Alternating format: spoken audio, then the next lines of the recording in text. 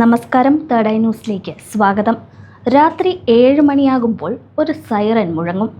എല്ലാ വീടുകളിലും ടിവിയും മൊബൈൽ ഫോണും ലാപ്ടോപ്പും എല്ലാം തന്നെ ഓഫാകും.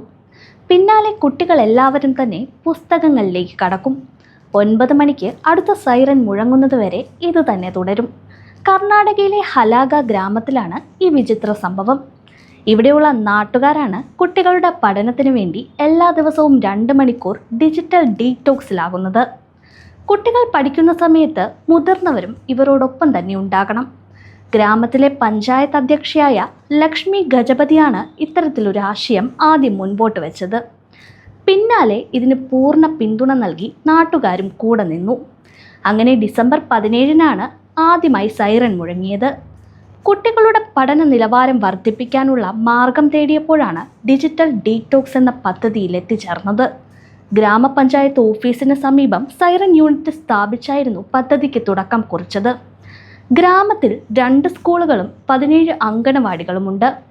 ഇവിടെയെല്ലാം കൂടി ഏകദേശം 500ഓളം വിദ്യാർത്ഥികളുമുണ്ട്. 2022-ൽ മഹാരാഷ്ട്രയിലെ ഒരു ഗ്രാമം സമാനമായ പദ്ധതി നടപ്പിലാക്കിയിരുന്നു. ഇതുതന്നെയാണ് താങ്കളും മാതൃകയാക്കിയതെന്ന് ലക്ഷ്മി പറഞ്ഞു. കുട്ടികളുടെ ഭാവിക്കായി, ഒരു നല്ല വിദ്യാസമ്പന്നമായ ഭാവിക്കായി ഒരു ഗ്രാമം മുഴുവൻ ഒരുമിച്ചെടുത്ത തീരുമാനമാണ് ഇപ്പോൾ ശ്രദ്ധ നേടുന്നത്.